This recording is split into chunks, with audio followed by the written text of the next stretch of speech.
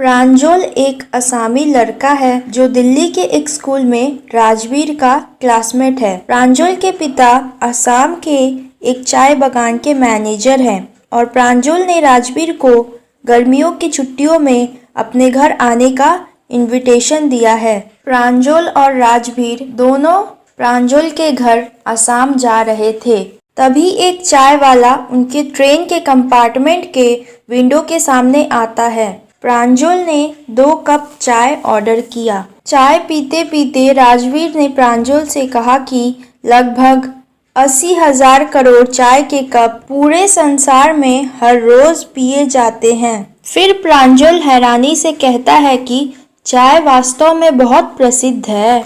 जैसे ही train station से बाहर निकली, प्रांजल ने फिर से अपनी जासूसी बुक पढ़नी शुरू कर दी। राजवीर को भी डिटेक्टिव बुक्स बहुत पसंद थी, पर उस टाइम वह बाहर की सीनरीज देखने में ज्यादा इंटरेस्टेड था। क्योंकि वह दिल्ली का रहने वाला लड़का था, इसलिए उसने इससे पहले इतनी हरियाली कभी नहीं देखी थी। उसने देखा कैसे धान के खेत खत्म हो गए और चाय के बागान दिखाई देने लगे। वह बहुत ही शानदार दृश्य था जिसमें पहाड़ियाँ, लंबे पेड़ और हरे चाय के बागान थे। उसके बाद उसने एक बिल्डिंग देखा जिसकी चिमनी में से धुआं निकल रहा था। राजवीर, जिसने इससे पहले कभी भी चाय बागान नहीं देखा था, वह खुशी से चिल्लाता है, ये देखो एक चाय बागान। प्रांजल, जो ये सब देखता आया है, वह राजवीर से कहता है कि अब हम असम में हैं, जहाँ पर वर्ल्ड में सबसे ज्यादा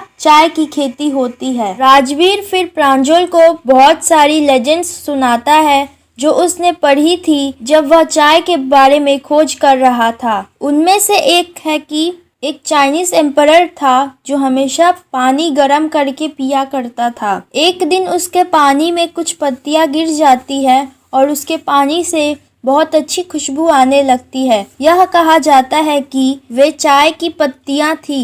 राजवीर ने फिर उसे एक इंडियन लेजेंड सुनाया जो बुद्धि धर्मा के बारे में थी।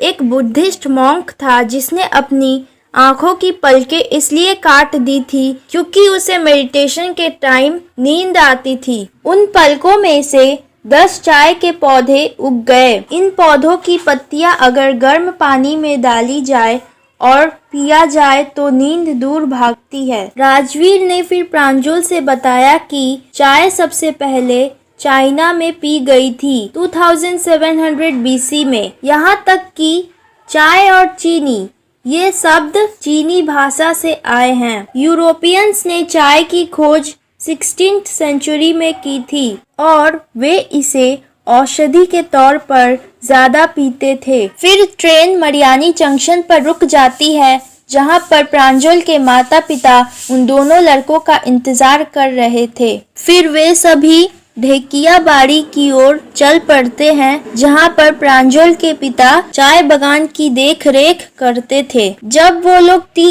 एस्टेट पहुंच जाते हैं तब वो लोग देखते हैं कि पत्थरों वाली सड़क के दोनों किनारों पर एकड़ एकड़ चाय की बागानें थी। चाय की पत्तियां तोड़ने वाली महिलाएं अपनी बांस की टोकरियों के साथ प्लास्टिक एप्रन पहने नई नई चाय की पत्तियां तोड़ रही थी। राजवीर, जो ये सब देख रहा था, वो प्रांजल के पिता से पूछता है, क्या ये दूसरी फसल है जो मई से जुलाई तक चला करती है और ये सबसे अच्छी चाय होती है?